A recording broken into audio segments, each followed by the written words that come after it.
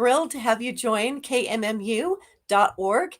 I am your host, Dalane England, and I am not a Liberty mom, but a Liberty dad that will be joining us. And his name is Frank Mylar. He is a candidate for Utah's Attorney General. And this, as I was saying earlier in our show, this is one of the most, if not the most important race of the year, because no one impacts, we don't even realize how much the AG impacts our lives, but no one impacts the actual daily goings on of our personal lives and our personal liberty that more than the Attorney General in the state of Utah, because it's a very interesting position that the Attorney General is in protecting the freedoms and liberties of the individuals, but also representing the government and the government state. I want to welcome you, Frank. Thank you so much for joining us. Thank you. It's good to be here again. Thank you for being here. And I know your son just got married. How did everything go? Well, actually, he gets married Saturday. So I know this is a long, extended process, but it was actually scheduled a year and a half ago. So I didn't know I was going to be in an election a year and a half Exactly. ago. Yeah, get that kid married. We need you back here, Frank. So well, it's kind of interesting trying to, run things, when you're not there. Long distance. By God's grace, it seems like people are fitting in and plugging into things, and it's actually been going amazingly well despite my absence. Yes, well, we definitely miss you here, and we really appreciate you sticking your hat in the ring and running.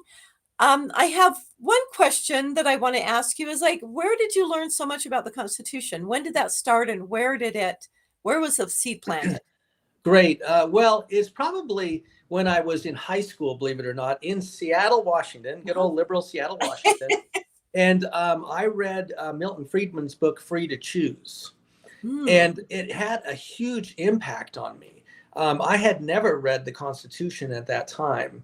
I did start getting interested in current events, and I started gravitating more to wanting to be an attorney, partially because I could actually do something about some of these wrongs, that are around us.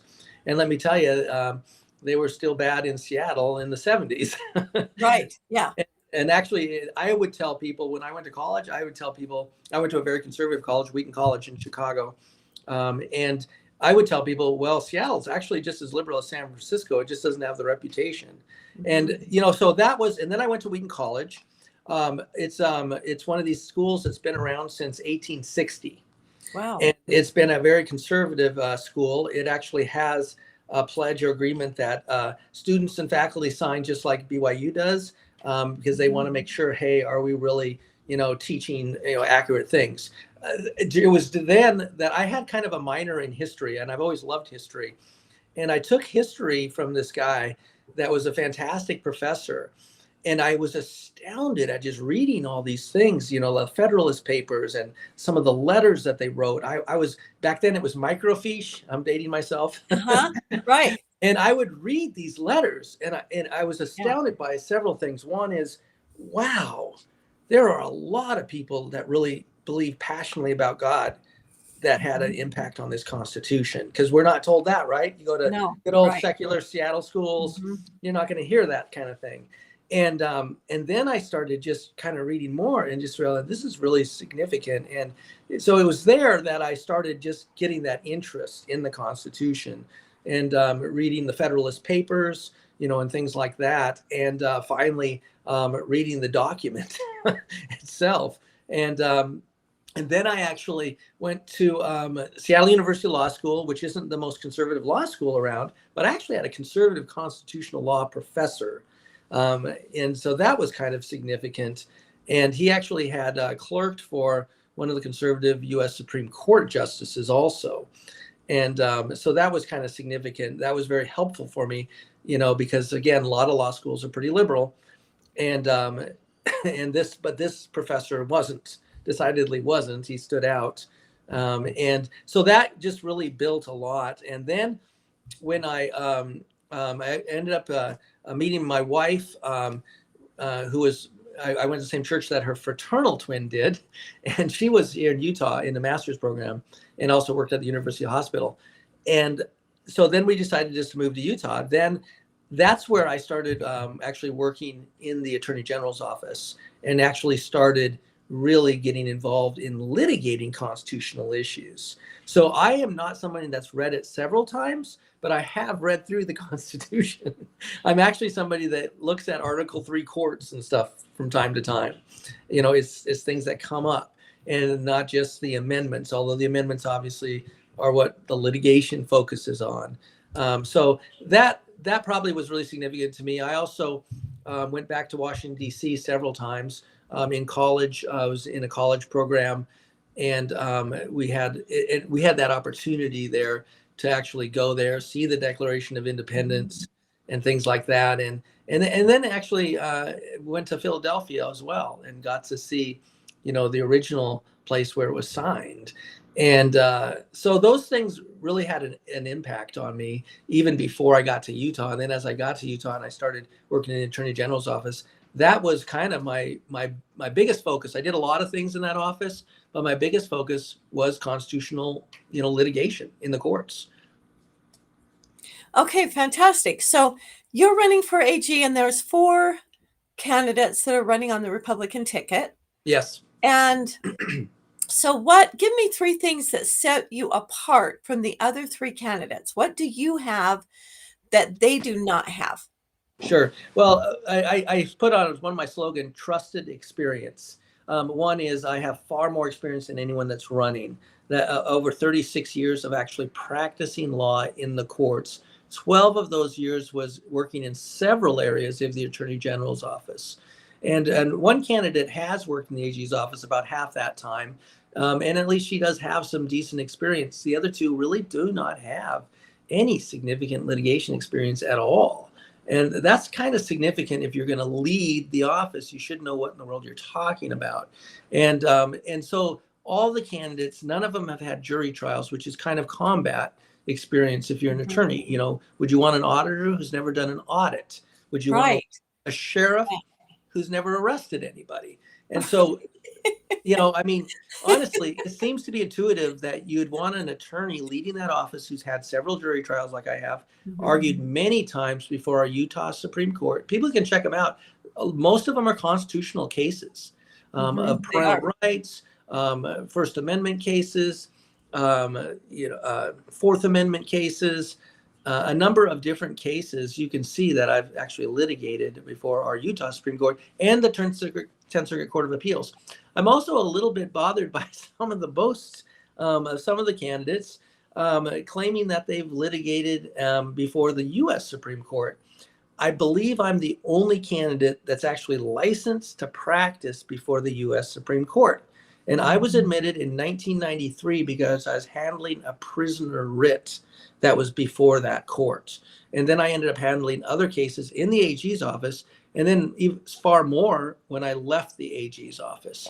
So it's one thing to say you're maybe worked on some brief somewhere. It's another thing to file it. You have to be admitted to the U.S. Supreme Court to sign your name on the dotted line and file it. So that's huge. So that's the experience part. I really have a lot more experience. And that includes criminal law experience. I'm the only candidate that's actually prosecuted a case. I had my first felony trial 2 years out of law school at the AG's office. I've also defended criminal cases where I defended pro-life sidewalk counselors when they were being prosecuted for criminal charges in Salt Lake City. It went to trial. We won. And I was able to exonerate them without charging them at all for it. And yeah, so, that's what's amazing is he did that pro bono. And so, because it was the right thing to do. They needed to be exonerated. They did nothing wrong. Well, I'll tell you this, that people do not realize the vast expense of filing these things. I also handled a citizen petition and honestly got 10 cents on the dollar helping in that case, because these things are really expensive. One case that I handled, a parental rights case. I handled a parental rights case. I went to the Utah Supreme Court and we won. We didn't win until we got to the Supreme Court. We lost all along the way. And it was a big fight. And in that would have cost well over $200,000 for my client, but she couldn't pay it, and I didn't charge it to her. And so this is the trusted part of it. So there's the experience, which is very important and very vital. Yes. And then there is, how can we trust you? Because everyone that's running for attorney general is going to say, I'm for fighting the feds. I'm for fighting immigration. I'm for, Mhm. protecting women's sports. And of course, I'm going to say exactly the same thing. But the question is, what have they done? Mhm. What have they done in the trenches, especially when they weren't getting paid? And that's huge because it says, where's your heart? Yeah, you it know, does. What then you can judge them by their fruits. What are your fruits? It's easy to say I'm conservative. It's easy to say I stand up for these values and these issues, but I wouldn't do it if someone didn't pay me to do it. It's very different to say I'm so committed to this. I have to do this because it's right, regardless of the fact that I'm not going to get paid for it or yeah, not knowing. I mean, it is the fruits of the labors. yeah. And I'm affiliated with the Alliance Defending Freedom. You can look Yes. at that up. Go adflegal.org. That is a fantastic organization that was designed. Incredible organization. It was designed. Nationwide organization that has really done so much for the citizens of this nation who are good people that are not wealthy, cannot afford to defend these important issues. But it doesn't just affect their case because them winning affects every single one of us. So we have Yeah, them to thank for being on the front lines and ADF to thank. So Alliance Defending Freedom. yeah. And Okay. so I'm an honor guard attorney with them, which means that I've spent hundreds of hours defending Mhm. and helping vindicate people's constitutional rights. A more recent example was when COVID hit, and a lot of people wanted religious exemptions from the vaccine. ADF called me up and they said, Frank, can you help people vindicate their rights? And as we know, Right. the military denied Mhm. 15,000 people. I didn't Yeah. handle any of those, but this was the healthcare mandate that Biden Mhm. put in place. If you worked for a healthcare company, if that company did, contracts with Medicare, you Right. had to be vaccinated. And so I was helping people, really, some of them, it was if they were ACLU attorneys working in these companies, trying to Right. make them ask the Mhm. questions they had no business asking. So I Right. really would tell them, no, you do not answer this. You do not answer Mhm. this. We'll just put this down. And by God's grace, all of the people I helped got their exemptions, including one was my daughter, who works at Primary Children's Hospital. And I was really glad to say that they did not give her any problem at all. And so kudos to them That's for wonderful. doing that. Well, they shouldn't in as much especially at primary children's where we knew from the very beginning that children were not at risk and Yeah, there that would was, be really no need, but I'm glad that didn't stop a lot of medical facilities from still forcing it on their employees and on nurses no, that I are helped a heroes. person. I helped a gentleman in Indiana that worked for a large Fortune 500 company, healthcare company, and they were mandating that he have this vaccine. He was not a medical provider at all, and he worked from home. It's ridiculous that there's no rational reason why in the world he should have to have a vaccine. But they put him through the ringer, but we ended up getting it, thankfully. Oh, that is wonderful.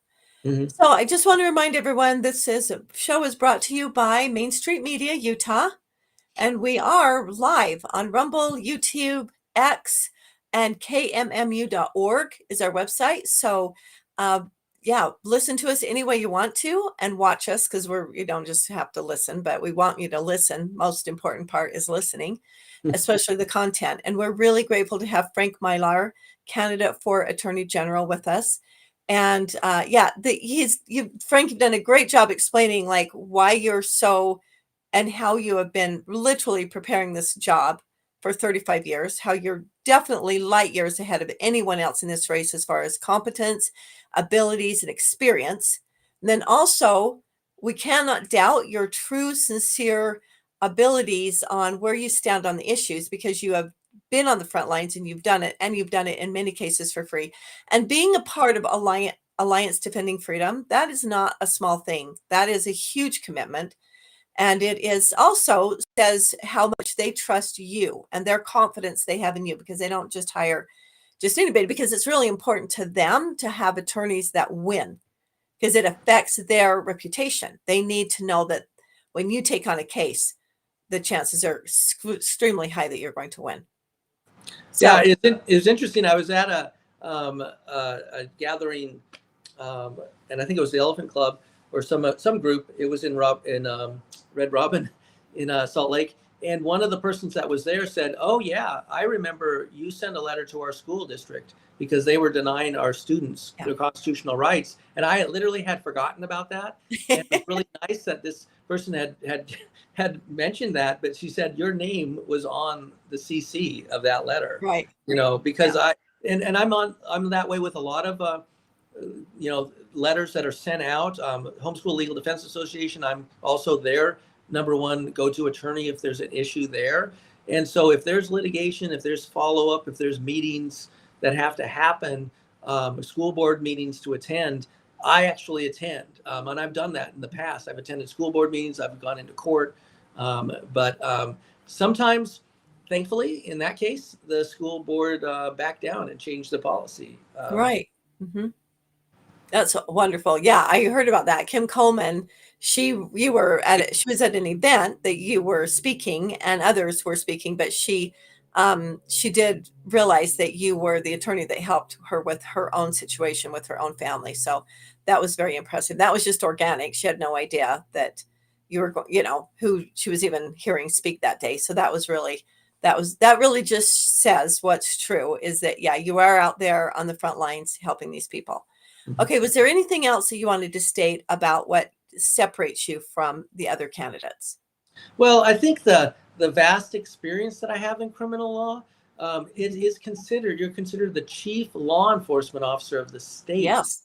And Hmm. so that's a big deal. And so there's the criminal prosecution and the criminal defense that I've done, which is very, very helpful. But I've also been involved in working at the Department of Corrections. I was also at the execution of Taylor back in 1996, which was the last execution we had. I was the attorney on site watching the execution in case there was any last minute appeal or issue. This is coming up again on Menzies. I actually worked on a writ involving Menzies when I was in the AG's office. And so I was working with adult probation and parole, and as well as the Board of Pardons, defending writs, doing criminal appeal work from time to time. And so that was that kind of experience that's separate from the prosecution. But then when I left the AG's office, I ran for the AG's office in 2000. When I left, I started my own law firm, Mylar Law, and I began representing the sheriffs in the state. And I have actually represented every sheriff except for Salt Lake County because they have a large office and they've always just Right. done in-house. But another time when this came up was during COVID. And guess what? The ACLU wanted to sue all of the jails and prisons in the state. And so I was tasked with representing all the jails except Salt Lake County. And Wow. we had to scramble and file a big brief before the Utah Supreme Court. And we basically took the stand that we're actually doing better than anyone in the country. We were leaders. These sheriffs really care about the Constitution. They wanted to make sure that they were doing everything right. And I literally made the argument that these prisoners are actually safer from COVID in jail than they would be if they were out walking the streets. And Wow. we ended up winning that. That was another interesting time where I was fighting before the Utah Supreme Court. And after a while, the ACLU had realized they were beaten. They wanted just to get out of it and Right. say, we just want to dismiss it. And I objected to their dismissal. And I said, no, no, no, no, no. There's two, again, knowing the rule of law is very important. I said, there's two options when you bring an emergency writ before the Utah Supreme Court. The court can either dismiss it or schedule a hearing. There is no option for the petitioner to request a dismissal once they file it. And within a week of that, we had a great decision that vindicated the jails, so that we ended up winning. That is wonderful. That is awesome. That's fantastic. Okay, so Frank, why do you feel like I mean, you've really stated why you're the most qualified, Yeah. but why do you want to go in and be the Attorney General for Utah rather than just maintain your own private practice? All right. Well, and I have been, vindicated a lot of people's rights. It's true. I Yes. Yeah, actually you have. I do believe I've been doing kind of the job of an attorney Mhm. general in some respects, especially defending the Highway Patrol Association. And that case went all the way to the U.S. Supreme Court. So there's been a lot of different, things like that. But I really do believe that I could accomplish a lot more in terms of agency counsel, in terms of what the office is doing. I think sometimes the office pushes a case they shouldn't be pushing. And Mhm. sometimes they don't file charges when they should. And sometimes politics and donations play into that. We Yes. did see that with John Swallow and Mark Shurtleff, with the payday loans and things like that. It always becomes suspect. And this is a real issue of mine. If we want integrity in this office, then people need to stop electing people that are hired by big corporations. They're endorsed by governors and legislators. They do that for one reason. They want to control the attorney general. And to be an independent attorney general, you have to be free from those biases. And so Exactly. I can say that no, I'm not soliciting any of our state elected officials, to endorse me. Any in terms of the governor Right. or anyone like that, the attorney general. I do not want to feel like I'm trapped. Congressional people have not endorsed me, and but I do have two endorsements of attorneys that I do want to highlight, and they're on my Okay, web. let's do. One of them is Mike Ferris, who was the founder of the Homeschool Legal Defense Association back in 1982, I think it was, or 83. He also became the CEO and president of Alliance Defending Freedom. He also started Patrick Henry College, which is a very conservative college that doesn't accept federal funds. He started it, huh? Yes. Mm-hmm. And Wow. in That's any impressive. event, he was also the chancellor of that institution. And in fact, Frank Galusa, who used to be really active in politics, ended up going back there to teach debate, actually at Patrick Henry College. Some of the listeners may know Frank Galusa. But in any event, he's written a glowing report of saying that, in fact, that he highly endorsed me for Attorney General. He knew the kinds of things I did for HSLDA as well as the ADF. And so that's a hugely important one. I think that's at the very bottom of my page. I think the endorsements are. Oh no, there's a tab up there that says endorsement also. Um, Yes. but in any event, the other endorsement is Mitch Vila. He is the seminal gun rights attorney in the state, and that he wrote also a very glowing endorsement of me because he knows that I've been in the trenches fighting for Second Amendment rights. It's not theoretical. It's Yeah. also not theoretical because I actually have guns, and most all of them are banned in the state of California. Um, the ones that I own. Maybe there's one or two that might slip through if nobody's looking, but it's something that I've done since I was 5 years old, and we had a radio station in Western Montana, and I learned to target practice on a 357 Magnum, a 22, and a 410 shotgun. So it's something that I've done for years. It's something I believe in. I had to get a concealed weapons permit when you used to have to show cause because prisoners didn't always like me when I was in the Attorney General's office. So it's something that I take very seriously. And I like I said, I've been in the trenches fighting to protect people's Second Amendment rights. Absolutely, you have. And when we talk about our First Amendment rights, Amendment number one for our right to religion or freedom, our right to conscience, our right to speak and to gather. You have been on the front lines of many of those issues. Yes, absolutely. In fact, interestingly, right after the election, when Mark Shurtleff won, again, people call me for these things. I got called by parents from West High School saying that their children, their adult children, well, they weren't adults, they were like 16, but they were sent to the principal's office for reading the Book of Mormon during free reading hour. Wow, are you serious? No, this happened, and I represented all of these parents. There's about 6 or 7 of them, and we ended up getting that teacher fired, and she should be, because the reading was that you could read anything you wanted, It didn't matter what it was, but apparently to that teacher, there were some books you couldn't read if they were religious. Wow. That is unbelievable. But it is very believable. I Yeah, mean, I know it's true, but it is unbelievable. So, Frank, I want to ask you a couple of questions. One, as a mother and a grandmother and an activist, we have been working for at least 4 years, very, very actively trying to get the outrageous, disgusting, and vile pornography out of our public schools. yes. We're still working on it. We have made progress, but we are still not there. And I want to know how you feel, and I've kind of laid the groundwork there, but how do you feel? Like, is that something you feel like is something that an attorney general can do, or do you feel like it's just not something we can ever do? We just have to live with it. We can't get the porn out of schools. What's your take on that as an attorney general? Yeah, thanks for asking that because again, I'm the only candidate that's actually fought these issues in different places, and I actually have lectured on anti-pornography issues at conferences even, and I've done study and research and litigation again in the courts on it. And I'll tell you where I've done a lot of it.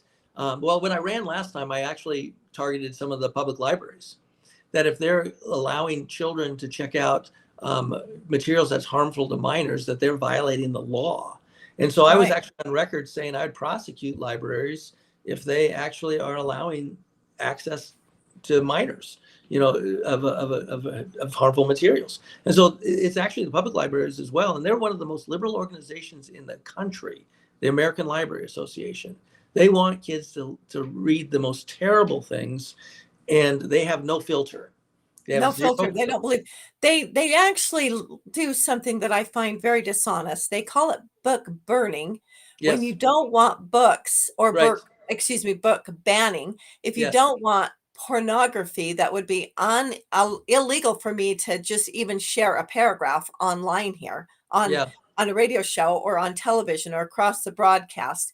That's completely illegal. I would be arrested in a nanosecond for putting it out there, and yet it's in our schools for high school, junior high, and even some elementary students yes, to have access to. And they totally support it. And they say, oh, if you don't support that, then you want to ban books, which is completely ridiculous. yes. It's a false narrative. And let me tell you some of the experience I've had in the courts fighting this issue. So I actually designed and wrote a zero tolerance anti-pornography policy for Utah State prisons. This was back in about 1996. I was director of legal affairs then, and with the blessing of Lane McCotter, who was a fantastic executive director that they used to have at Department of Corrections. Um, he fully supported it 100%. We implemented it, and of course, we got a lawsuit. So we won that lawsuit. Then it was around that time where I left, ran for attorney general, and then I went into private practice, and then I guess I thought I was gone from government, so the liberal forces decided to sue the jails. But think about how they do this. They didn't just sue like Salt Lake County Jail or Utah County Jail or Davis County. No, they sued San Juan County Jail. They wanted to beat up on the little guy. Uh-huh. And Yes. and Mhm. I was able to get in there and defend that suit. And the judge actually took 4 years to decide that suit because he was looking for a way to get around it. And Yeah. because zero, then this is how I did it. Again, being doing well as being an attorney, it's kind of like a chess game, and you really need to think outside the box Right. many times. And so what I thought outside the box is I use Title VII, hostile work environment, as a basis to say there should be zero pornography. I don't care how artistic it Mhm. is.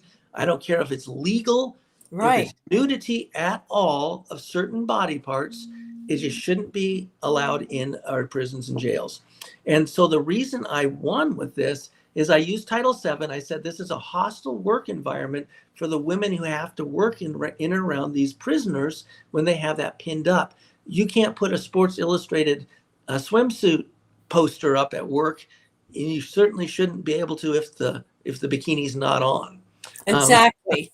Right. You And can't put and the so, Sports Illustrated, but you can put the total hardcore porn. That makes no sense. Yeah. yeah, and I actually also worked with an attorney, Dan Struck from Arizona, who was also doing the similar thing. It was Sheriff Arpaio down in Maricopa County, who was doing the exact same thing.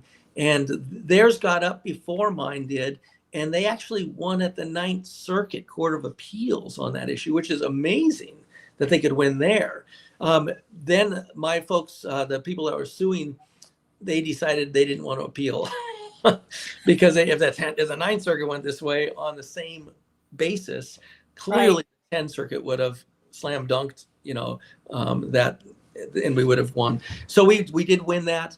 So it is clearly legal to prohibit it in jails. The reason I use jails, and I also, by the way, I also got involved in helping the same thing at the Federal Bureau of Prisons. There was a Amatel versus can't remember who the other person is Amatel. I was actually admitted for the purposes of that brief at the District of Columbia Court of Appeals to also fight their zero tolerance pornography ban in the Federal Bureau of Prisons. And so all the prisons could ban it if they wanted to under those jurisdictions. They don't. It's mind-boggling what other states do.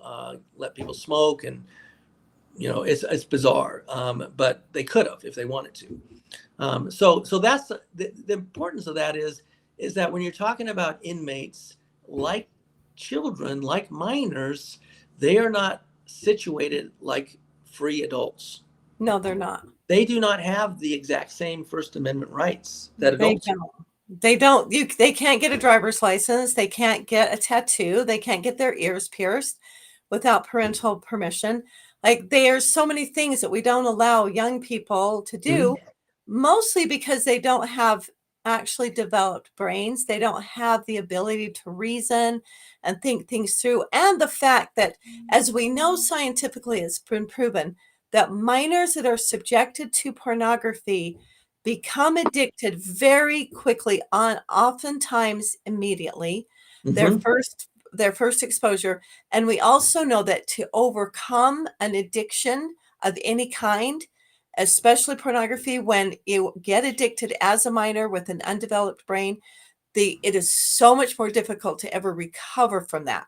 The Yep. recovery rate is very, very low, where if you start as an adult, it's easier to get off of it because you're dealing with an intact brain that has already been truly formed. But when Yes. it's part of the formulation of the brain, that is actually part of the formulating the brain, then it's very hard to restructure the mind when it is developed. So it is really a serious thing. I call it abuse. I think it's Yeah. extremely abusive, and the results and consequences are dire for our sweet young innocent children. They are, and it's one thing that it adulterates them, and I'll tell you this: it makes them more liberal. I think Of that's course. another thing that, but I will. It's also a little bit like the Joe Camel with the kids Uh-huh. years ago, where they would Yeah. smoke and they had targeted them at 12. Guess what? Yeah. Hardcore pornographers target 12-year-olds. They do. They have Yeah. they have porn comic books, Yes. things that are going to appeal to children, not Yes. adults. And Right. so this is something that is very serious, that we need to not play around with this nonsense that the First Amendment won't allow this. We do not, and I think people are even misreading some precedents in this regard, because I was handed some information on this recently by a mom that really cared about parental rights. And so this is something I'm going Yeah. to take very seriously. I'm going to actually read Attorney General opinions. I Right. don't think they get read by the Attorney General. And what good does it do if the Attorney General has no clue to that field of law? It's Right. going to be someone Yeah. else telling them what to do. It's going to be a governor. It's going to be a legislator. It's going to be some donor, that's going to say, hey, lay low on this issue. Right. Exactly. Frank, we have a caller. Are you open Great. to taking a call? I love that. All right, Absolutely. Caleb, you are on. Feel free to go ahead and ask your question. Thank you. Go ahead, Caleb. Can you hear them? Yes. Hello. Hi. My Hi, Caleb. question is, do you have any experience managing others or leading others, especially attorneys? Yes. Great question. Thank you. Great question, because that is the job of the Attorney General, is to actually lead other attorneys and paralegals. And I'm the only candidate who's actually done that inside the Attorney General's office, but also outside the Attorney General's office. I've started my own law firm about 24 years ago. And that's a significant thing because I'm also the only candidate that's actually started his own law firm that's been successful. The reason, by God's grace, that I can defend some and help vindicate constitutional rights without charging is because I've done very well in my law firm. And I'll definitely be taking a pay cut to be Attorney General. But I think the key thing is I was really shocked at the dearth of experience of some of the people that were running for this important office. And I was also challenged by that I have the ability to really do something and make a difference. Thank you, caller Caleb. Great question. That was a very important question because a lot of the job of an AG is managing, I don't know, is it 300 or 600 attorneys that are in the AG's office? 600 total, that would be all the staff. And I think there's 300 some attorneys. So about 250 attorneys and the rest staff. Yeah, and think of it this way. If you were, had a captain that was leading you in combat in an Afghan mission, right? And he said, "Oh, by the way, I've never actually fired a round in combat." What do you think those people would want to follow that guy? I'm real good at target practice, but I've never actually been into combat. I'm actually a lobbyist, and I actually lobby for. That's what I really am, is a lobbyist. But I happen to have got my degree as an attorney. I have a license to practice as an attorney. Excuse me. I can practice law, but I've only had practice law one time in my entire life. But really, I'm a lobbyist. And is that who you want to be your Attorney General? Yeah, and I think that that's hopefully that should be evident to everybody in the public that just is not a good mix. Being a lobbyist and a politician, they're not a good hopefully people should realize it's not the same. One person likes to say that he worked for Mike Lee, but he was his deputy personnel director. Right. I mean, really, it wasn't his like legal counsel. Right. And this same person, he's friends. He's friends with Mike Lee. Yeah, and is it surprising that he would endorse the guy that worked for him? But he also worked for Senator Bennett. And he worked for Senator Hatch. Right. And that's pretty much all he did. And when he got done being head of the state party, he didn't go to a law firm and start practicing law. He went to Utah's top lobbying group, the Lincoln Group. I mean, and they represent Facebook and all these different, organizations. And honestly, you don't think you're compromised if those are your clients and those are the people that are donating to your campaign? Yeah. It's going to have an impact. It's very risky. Okay, Frank, another issue that is super important to me is the transgender ideology and movement that is happening to our teens and our youth, because I see what is happening is there's a social contagion that's happening, and it's a new industry that has been brought out to really, there's a lot of people making a lot of doctors that are making a lot of money in hospitals that make a lot of money on this industry. So it's really not just like, oh, children are suffering from gender ideology, which they are, which is a very real and very serious. And I just can't even tell you how much my heart bleeds for these young people.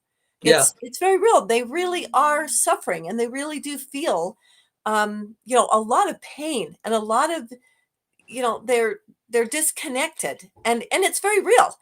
And the thing that is so beautiful is there are such wonderful ways for children to find resolution and to be helped and to recover from this pain. And we have a lot of science and evidence on what really works. We know that almost without exception, if it's not social contagion, it actually happens to do with some kind of pain, some trauma that they have suffered in their life. Yeah. But regardless of those, and so when they recover from that trauma, they almost 100% of the time, once recovered from the trauma, the social anxiety and the gender dysphoria, it just goes away. You don't have to treat it; it just disappears when the foundational problem of trauma is is taken care of.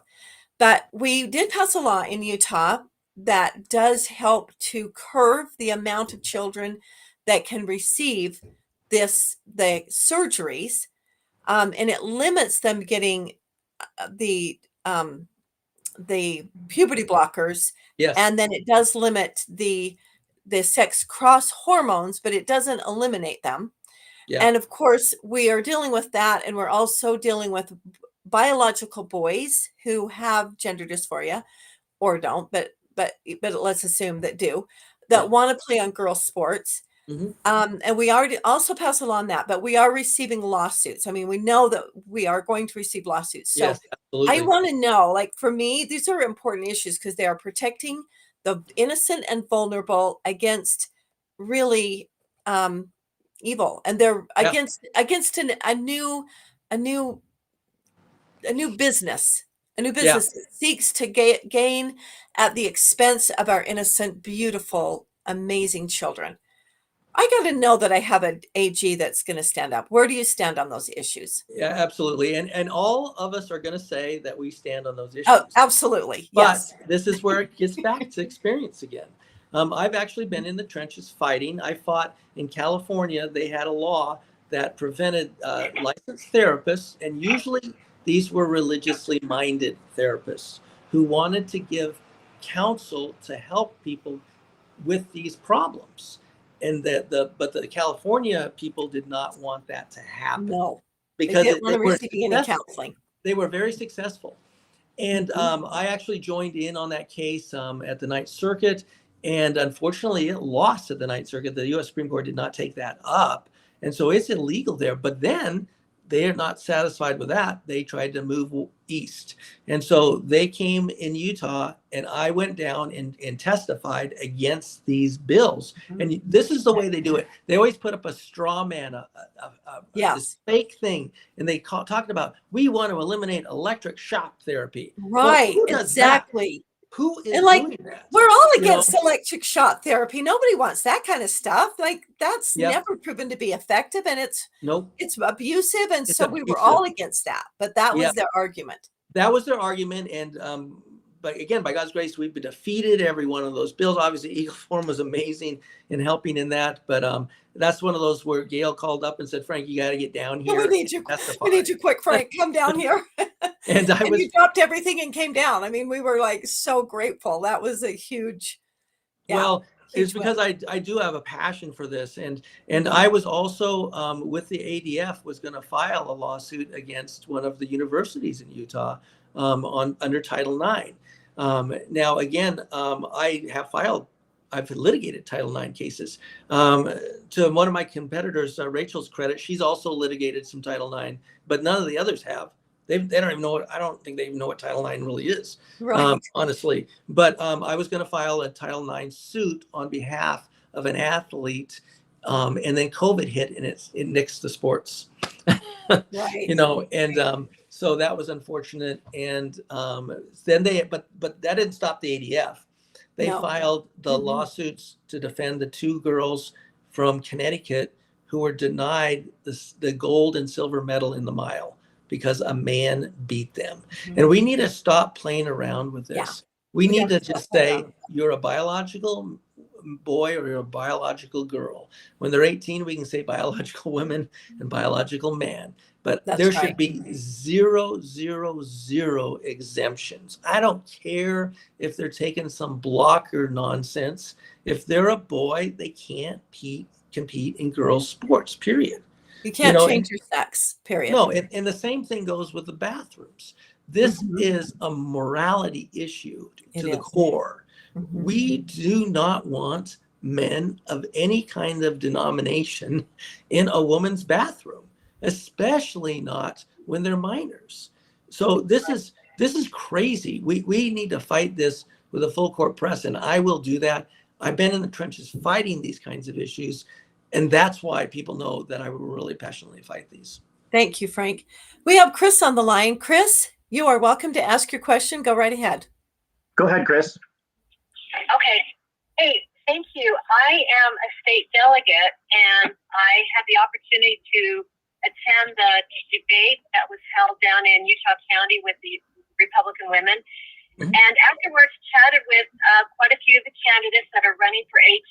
And a couple of them are telling me that this experience in the courtroom is not really necessary, that AG is kind of managerial. Yes. And so I can remember Mark Shurtleff going to the Supreme Court and arguing on lands issues in Yes. Utah. And so I'm feeling like it's important to have, but that's what they're telling me. It's not important. Absolutely. If you didn't have the experience, Chris, would you say anything differently? I mean, it's kind of like, this is ridiculous to say. You talk to lawyers and they will not agree with you. But so on number one, it absolutely matters. If you're not in the ballpark, you don't have any idea. Let me tell you a couple of things that I've done because I had the expertise. I was contacted by a city attorney in Pleasant Grove right after I lost my AG race in 2002 or 3, and they said, hey, the atheists are trying to take down our 10 commandments with lawsuits. Several towns and cities had caved in Utah, and they said, Frank, we know that you cared about religious freedom. Can you help us? I said, tell me about it. Tell me the facts. I met with her and the mayor. They explained to me like what the park was like, what the display was like. Because I knew what I was talking about, I said, wow, this is a very defensible case. Not only can you win this, but I think I can get you one of the best attorneys in the country to defend it free of charge. And what you don't realize is when they file these kinds of suits, they don't ask for damages. So no insurance, no co-op, no government trust, no USIP. Nobody pays those damages but a city who hadn't budgeted it. So how many cities do you know of, especially smaller ones, can say, oh, I'll go along with spending $500,000, $1 million to win a case. And then they have to double that again if they lose it. And so Exactly. I was able to get Frank Mannion from the American Center of Law and Justice, J. Secular organization, defend it, and they joined in Vernal, because Vernal had the same thing. It went all the way to the U.S. Supreme Court, and they won. So that is because I'm in the ballpark. So if you're not in the ballpark to these other competitors, they don't know what they're talking about. That's number one. Number two, I'll take them on. Let's take them on with the management issue. I have an MBA. None of them have a master's in business administration. But also, let's talk about managing attorneys. I've managed attorneys inside the AG's office and outside the AG's office. So even this is nonsense. It's nonsense to think you don't need to be a real attorney. It's more nonsense to assume that they somehow can manage people. This is the problem with the AG. They don't always manage people. They just do their own little thing, and they don't even talk to them. I learned something in my MBA program. It was called Management by Wandering Around. I will make a commitment that I'm going to go to every major area of the office at least once a year. I'm going to get to know who the attorneys and paralegals are. I'm going to ask them what they need to do their job better. I'm actually going to manage them. I will be one of the first attorney generals who actually manages that personnel that's being talked about. Thank you, Chris. That was a great question. Thank you so much for sharing that experience with us. Do you have anything else? Thanks for your answer. Thank you. Sure. Thank you, Chris. Yeah, great answer. Well, it is evident that there is one candidate in the Utah AG race that does stand light years above all the others. I consider every single person in this race a dear friend. I like every one of them. I consider them a friend.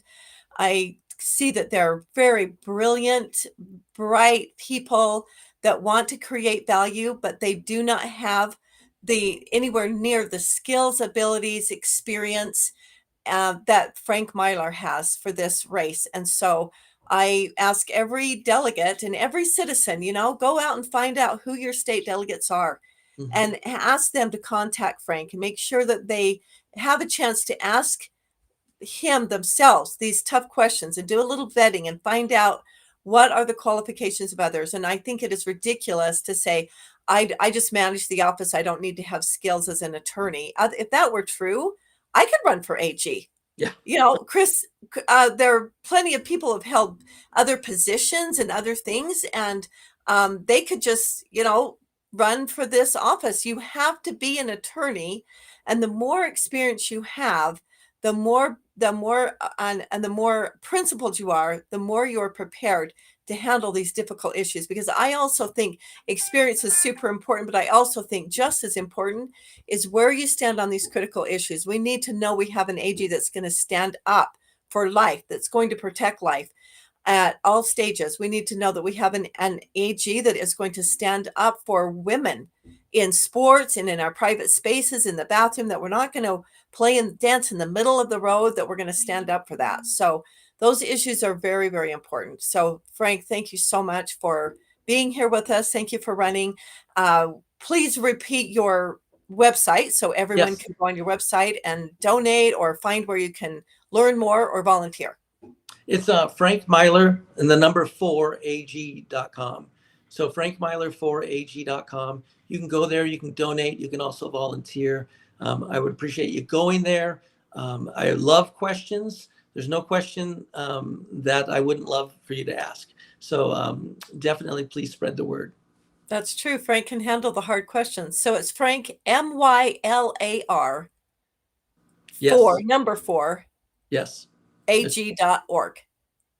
.com. .com. Thank you. Yes. Frank Mylar, but Mylar, number 4, ag.com. Yes. Okay, hope everybody got that. So you can go on and definitely give, if you're a delegate of any kind, definitely contact Frank, have a conversation with him. And Frank, thank you so much for being here. And we really, really appreciate your time, and so glad that you're in the race. And we hope you have a wonderful time at your son's wedding. Get that kid married. We need you back in Utah as soon as possible. Thank you. I appreciate it. Thank you so much for having me. Thank you, Frank. Thank you so much. Appreciate it. Bye. I want to make everyone aware also of a really important thing that I think is just vital. As I spoke earlier, I am friends with every single candidate in the race. I just have really a friendship and a love and a respect. I've worked with most of them. I haven't really worked with Rachel very much, but we work together on the State Central Committee. So I definitely know her. I consider her a friend. She's a neighbor. She doesn't even live very far away from me. I just really feel like I really want people to really do some vetting and do some real hard research and work, because there's things, and they all say the right thing. Every one of them says the right thing. When it came to voting on getting DEI out of our state, out of our schools, and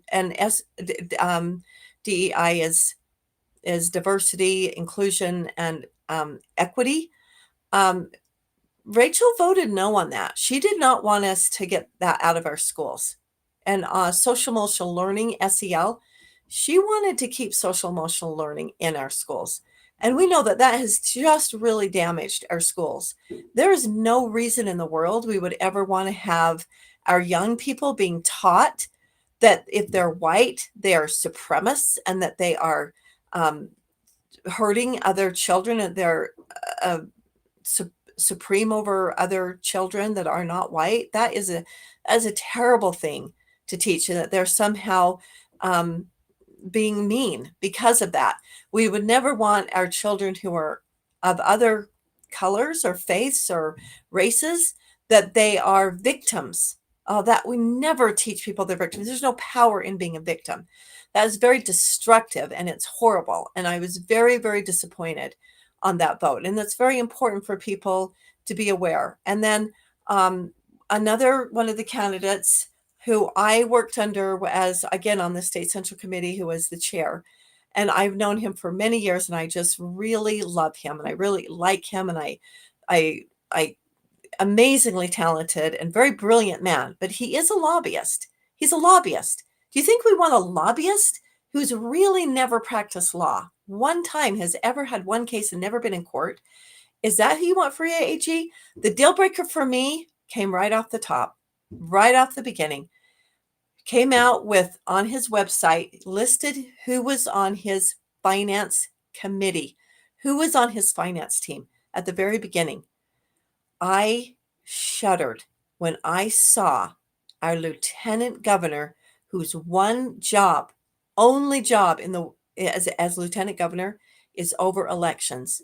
And he has our lieutenant governor, Deidre Henderson, on the campaign finance team of someone running for office. Is there not a line of appropriateness, of absolute morality, of what is appropriate and right, that a candidate would ask the person over the elections to be on their finance team? And I ask you, can we afford for even one more minute to have a lieutenant governor who thinks it's okay to be on the finance team of a candidate? And of all candidates, attorney general, which needs to be above board and needs to have nothing but integrity and honor and decency, I am horrified by that. I am horrified. What, regardless of any other things, any other skills or ability or experience, attorney general must be above board. Because as I stated at the beginning of the show, they're not only representing and protecting the rights of every individual in this state, they also stand to protect the agencies and represent the government. How can you possibly do that if you're not separate? And as we stated, they're separate entities and there needs to be a division. To have the lieutenant governor on the finance team of any candidate at all is inappropriate. And I don't want to overstate it, but I feel that in my opinion, I'm totally open to be called out on this, but I think it's immoral. We need to restore our moral foundation of our society. And the fact that this would happen on both the candidate side and the lieutenant governor's side, it speaks to the fact that our moral foundation is so disjointed and so fraught that we don't even recognize immorality when it smacks us in the face. And that is where we really need to go. So I ask you, every single citizen here, contact your state delegates. Share this information with them. Have them contact Frank Mylar. Find out what he's about and contact the other candidates. Do your research, do your vetting, and don't believe flyers and nice slogans. And when they just say, I'm really qualified and yes, I'm conservative, that's not enough. Everyone running says they're conservative. So thank you so much for being with us, and know that you are the guardian of your liberty. Have a beautiful day. Thanks for joining us.